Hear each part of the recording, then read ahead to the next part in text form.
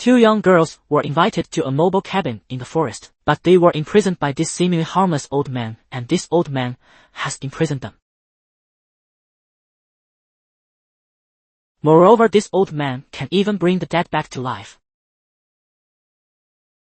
What on earth is going on here? Can these two young girls escape from this situation? Paxton and Barnes are a pair of young nuns. They often spread religious teachings together. One day they received a message. There was a Mr. Reed who hoped to learn more about Christian doctrines. So they immediately rushed over. Soon they arrived at the destination and they quickly knocked on the door. He looked kind. After learning about their purpose, he warmly invited them to come in and take a seat. After all, the weather wasn't good. Suddenly it started to wind and rain. And today his wife just planned to bake some blueberry pies at home. Everyone could eat the pies together and chat. There seemed to be nothing wrong with what he said. Paxton and the other girl let down their guard and entered the house. Reed also behaved very gentlemanly. He helped them take their coats, and then went to the kitchen to bring drinks, and his wife was shy, and she was busy with baking at the moment, so she couldn't show up for a while. The two of them then quickly started to spread the religious teachings, but surprisingly Reed's understanding of religion, in some aspects, was even deeper than theirs. While talking, Reed suddenly said he had a very embarrassing question that he wanted to ask them, because he really wanted to know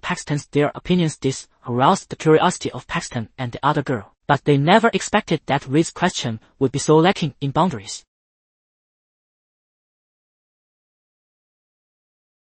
This statement immediately made them feel very awkward. Reed quickly explained he thought that the controversial history of polygamy in the Mormon Church was really worth discussing. He also clearly stated that the last thing he wanted to do was to find a true religion.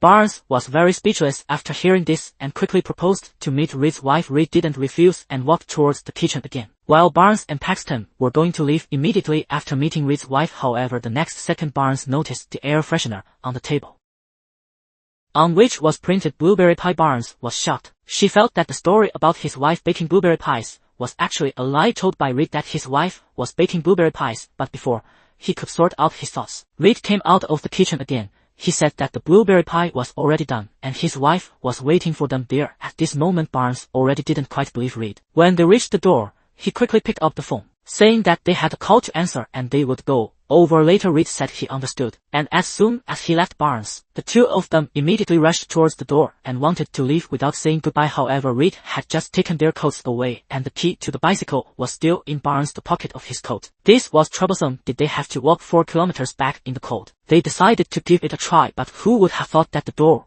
was already locked? They simply couldn't open it. This made the two of them even more flustered. Barnes quickly asked Paxton to call for help. However, it was pouring heavily outside and there was almost no cell phone signal. Now the two of them had a bad feeling. In order to get away as soon as possible, the two of them could only pretend to be calm and nervously went to the dining room to find Reed. It turned out that Reed was also very stubborn. When he heard Barnes say that there was an urgent matter at the church and that they had to leave now, he immediately retorted with a sentence. Upon hearing this, the two of them quickly picked up their coats from the sofa and put them on. But just at this moment Barnes suddenly found that the key in his pocket was gone. He quickly told Paxton about this, and as a result Paxton actually found that key in his own pocket. Now the two of them felt even more suspicious of Reed, but in order to leave here smoothly, they could only pretend that they hadn't found anything, hoping that Reed could help them open the door. However, Reed directly said, "The front door won't open again." This shocked Barnes and the other person. Reed then said that it was equipped with a timer when he invited them in just now. He accidentally forgot to prop the door open, so now the door won't open until tomorrow morning. Of course, if they were in a hurry to leave, they could also go out through the back door.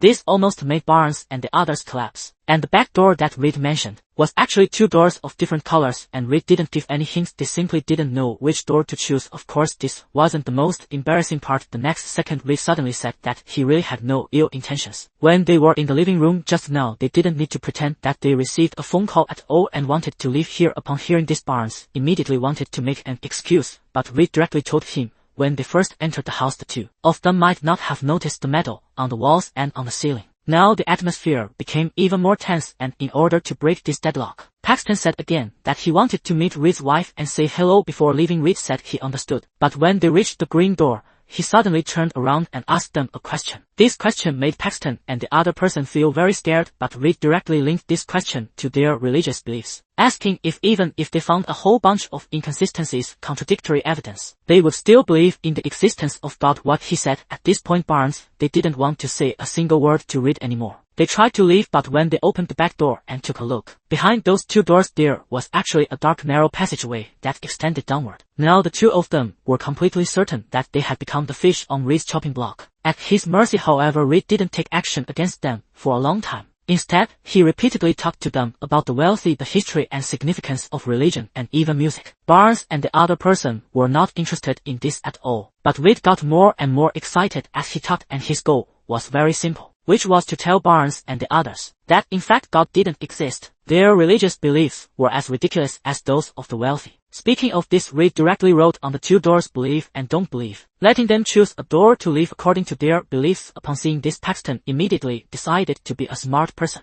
According to the thinking of Reed, the question setter. According to Reed's thinking as the question setter, he chose the door with don't believe written on it to leave. But Barnes beside him knew very well what Reed had just said actually didn't matter at all after all.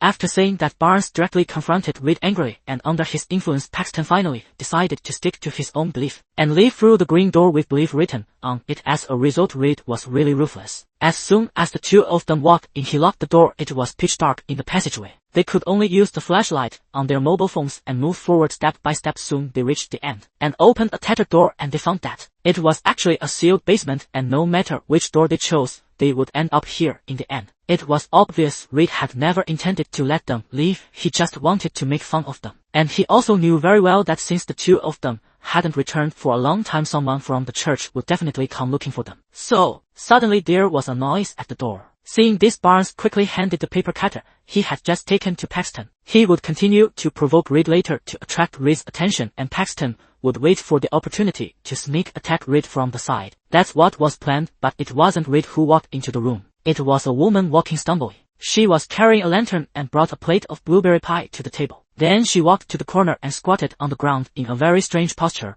without making any sound. Seeing this situation, Barnes quickly followed the passageway the woman had come through and came to the back of a large door. Then he peeked through the crack of the door and saw a box of matches was scattered on the carpet not far away. This might be of help to them. However, before Barnes could do anything, in the intercom of the basement, Reed's voice suddenly came out. Reed told Barnes and the other person that strange woman was a living prophet of God, and the reason why he invited them into the house for a chat was that he had witnessed a miracle, a proof that was enough to subvert all known religions. As he said this, that woman quietly sat down in front of the table and ate that piece of blueberry pie which Reed had poisoned, all in order to let Barnes and the other person see a so-called miracle. As soon as the blueberry pie was swallowed, the woman let out a cry of pain and fell straight onto the table. Barnes and the other person were really frightened. When they walked up to her to check the woman's pulse and heartbeat, they actually found that the woman was really dead. Right after that, Reed suddenly a harsh alarm sound rang out in the room. Reed quickly ran to the front to check the situation, and while Reed was opening the door, the two of them quickly shouted loudly, hoping to attract the attention of the visitors. They knew that it should be the people from the church coming to look for them. But unfortunately, the sound insulation of Reed's house was really too good. After closing the door, that colleague who came to look for them didn't hear any shouting at all. But the two of them were really smart. They immediately started pulling the carpet, trying to get that box of matches. Obviously, they wanted to start a fire, to let the smoke float out through the ventilation pipe in order to attract the attention of their colleague. Just like that, the two of them quickly ran back to the basement, wanting to light the matches, but on the way Paxton discovered something really astonishing. The head of the dead woman seemed to have moved its position. Barnes told him not to scare himself and to come over and light the matches quickly, but this basement was too damp. The matches had very little effect, and at this critical moment, that dead woman actually appeared directly behind Paxton.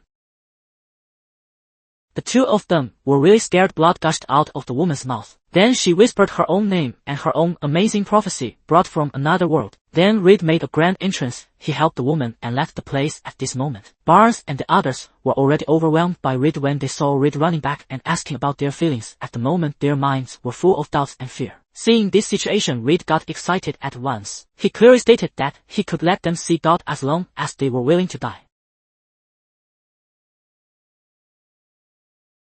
These words sounded appealing, but Barnes quickly came to his senses. He repeatedly said that everything that had just happened was by no means a miracle, it was just a slightly terrifying magic trick. Just like that, Barnes provoked Reed again, to attract Reed's attention and make him temporarily ignore Paxton beside him. This way Paxton could find the right moment to launch a surprise attack on him, but unfortunately, no one expected that before Paxton could take action, Reed killed Barnes first. Paxton felt extremely desperate and had nowhere to run. He could only try his best to stay strong to seize the opportunity to kill Reed and avenge Barnes. So he began to pretend to be very interested in Reed's topic and kept thinking about the loopholes in Reed's words. Finally, he found the breakthrough. He clearly stated that the so-called coming back to life, in fact, it was Reed who secretly swapped the corpses. Indeed, Reed's plan was actually very simple. He had long known that someone from the church would come looking, so taking advantage of the doorbell ringing and his own departure, he attracted Paxton and the others to the front staircase to let another woman, who was dressed almost the same as the deceased, send the corpse away through the secret door and lie on the table instead of the deceased. That's why when Paxton came back to light the matches, he would find that the head of the dead woman seemed to have moved its position, and the prophecy spoken by the second woman was also prepared in advance by Reed. But surprisingly, that woman didn't follow Reed's script. In the end, she secretly said this isn't true. That's why Reed was in such a hurry to help the woman away, because he was worried that it would cause a bigger mess and arouse the suspicion of Paxton and the other person. As for the so-called secret passage, after some observation, Paxton quickly found that there was a secret door under the table. He dug away the sand and soil and pulled the handle. Sure enough, he found a secret passage. Then a question arose. Was there actually a corpse in that passage? Reed asked Paxton to go down and take a look for himself. As a result, Paxton did find a corpse there, but he himself was directly locked in this secret passage by Reed. There was nothing he could do about it. There was nothing he could do about it. In order to leave this place, Paxton could only keep walking forward along the secret passage. Soon, he found a lot of sacrificial items, and something even more terrifying.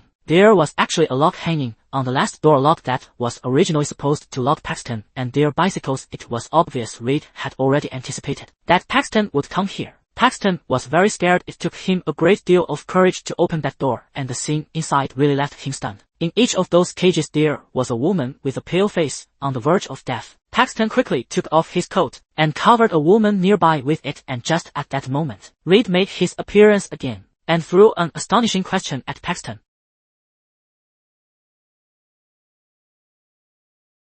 Paxton didn't answer, but he suddenly realized. In fact, since he and Barnes walked into this house, they had already fallen into Reed's trap. When they first entered the house, Reed pretended to go to the kitchen to ask his wife for her opinion. In fact, he wanted to take the key from Barnes' pocket to unlock their bicycles and hide them away. This way, even if someone from the church came looking during this period, they wouldn't find out that Paxton and the others had been here by seeing the bicycles beside the house. And that's why, when Reed came back with the drinks, his hair was wet because it was raining outside and he didn't have the time to use an umbrella. As for why he put Barnes' key into Paxton's pocket, it wasn't because Reed was careless. He did it partly for fun and put the key in Paxton's pocket. It wasn't an accident on Reed's part. On the one hand, he thought it was amusing. On the other hand, he wanted Paxton, who was standing here now, to know that the only reason he was standing here at this moment was that he himself wanted Paxton to stand here, to put it bluntly. This was exactly what Reed wanted. He told Paxton that the so-called religion was actually a control system. These women locked up here actually didn't need Paxton's help at all, and that woman who didn't follow his script, of course, she also needed to be punished. Paxton just couldn't figure it out why Reed was doing all this, but Reed thought they should think about why it was that he was doing this. Reed told Paxton the reason why he was here was that since the day he was born, every decision he made was influenced by the ideas of others, so he could easily predict every decision he would make tonight. In other words, since Paxton could be so controlled by the church dogma, then why couldn't he Reed control Paxton? These words completely enraged Paxton. He directly stabbed Reed fiercely. This really took Reed by surprise. Paxton didn't have time to confirm and just dashed away. He quickly escaped through the ladder, but the structure of this house was really too complex. It far exceeded Paxton's imagination. After going around in circles, he came to the entrance of that basement again, but to his great horror, he found that the entrance of that basement had actually been opened. Paxton felt extremely desperate. He knew that Reed definitely wasn't completely dead, but he never expected that. With a turn, Reed stabbed the knife into his stomach. Paxton fell to the ground with a thought. Fortunately, at this moment Reed didn't have much strength left either, but even so, he still held on and moved step by step towards Paxton, wanting to kill Paxton. But just as Reed was about to kill Paxton in the last second, perhaps this was the real miracle. Barnes, who had been lying on the ground long ago, actually managed to come back to life. He launched a surprise attack from behind and killed Reed, but just because of this one thing, he was completely dead. No matter how much Paxton shouted, there was no response at all. Fortunately, in the end, Paxton didn't let his sacrifice go in vain. He was successfully rescued. After searching around and thinking through the architectural model that Reed placed on the table, he found a ventilation window that could be used for escape. Moreover, he not only managed to run out of that terrifying locked room successfully and saved himself, he also quickly called the police, helping many innocent women start a new life. At this point the movie ended. The name of the movie: it is a horror movie with a strong religious flavor. It uses a suspenseful narrative in the style of a snowbound mansion to create a very oppressive and suspenseful atmosphere and a sense of horror that permeates layer by layer. Of course, this mode may seem a bit formulaic at first glance, but surprisingly, within this framework, Hugh Grant gave an extremely unexpected performance with his wonderful acting skills. The character Reed he played, there is no doubt that he is a criminal with a high IQ. When faced with unexpected prey, he can quickly formulate his hunting plan and continuously torture the prey both mentally and physically, step by step, narrowing their living space. However, some of the religious knowledge in this movie is really a bit obscure and difficult to understand. Some parts of the religious knowledge in this movie are indeed a bit obscure and hard to understand. The religious knowledge is really a bit obscure and difficult to understand. It is likely to make some audiences feel confused and even be distracted from the performance.